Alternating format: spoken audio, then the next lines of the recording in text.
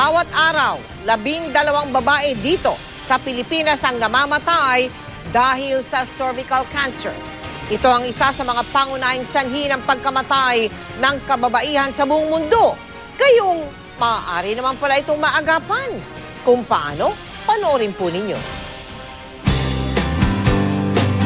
1, 2, 3, 4, 5, 6, 7, 8, 9, 10.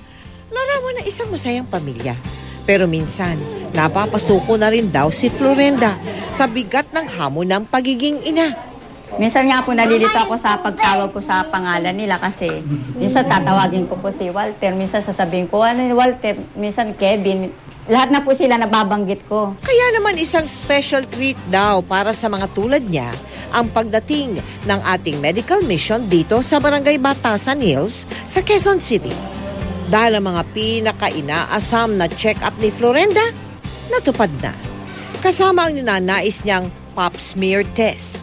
Ang pap smear ay isang test or screening for cervical cancer or any infection dun po sa cervix. Kumukuha tayo ng cells or sample dun sa cervix.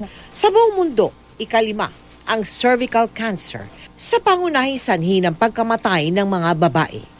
At pap smear test ang paraan para maagang malaman ang pagkakaroon ng cervical cancer nang maagapan ito.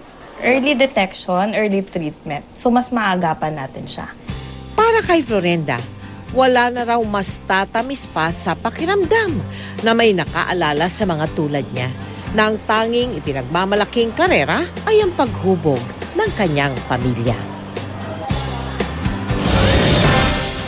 Bahagi po ang Kalusugan Caravan na yan ng aming pakikiisa sa pagdiriwang ng Women's Health Month ngayong Marso.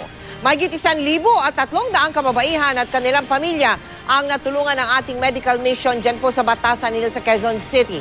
Nagpapasalamat kami sa lahat ng volunteer doctors at medical practitioners na naging katuwang natin sa ating project. Baka po naisin nyo maging bahagi ng aming mga projects. Maaari po kayo magsadya o tumawag sa aming tanggapan, magdeposito sa aming bank account o anumang sangay ng Cebuana Luwilier o mag-log on sa www.kapusofoundation.com.